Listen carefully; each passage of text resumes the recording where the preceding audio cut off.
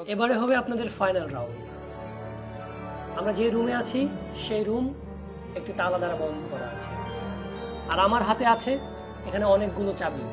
এখান থেকে আপনারা যারা সঠিক চাবি নিয়ে রুমটি খুলবেন, তার পাশের রুমে রয়েছে বিশেষ আকর্ষণ, একটা সারপ্রাইজ রাখা আছে।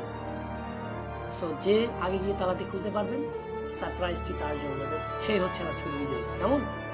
তাহলে শুরু করবো। এই যে চাবিগুলো, আপনারা রেডি? 1 2 3।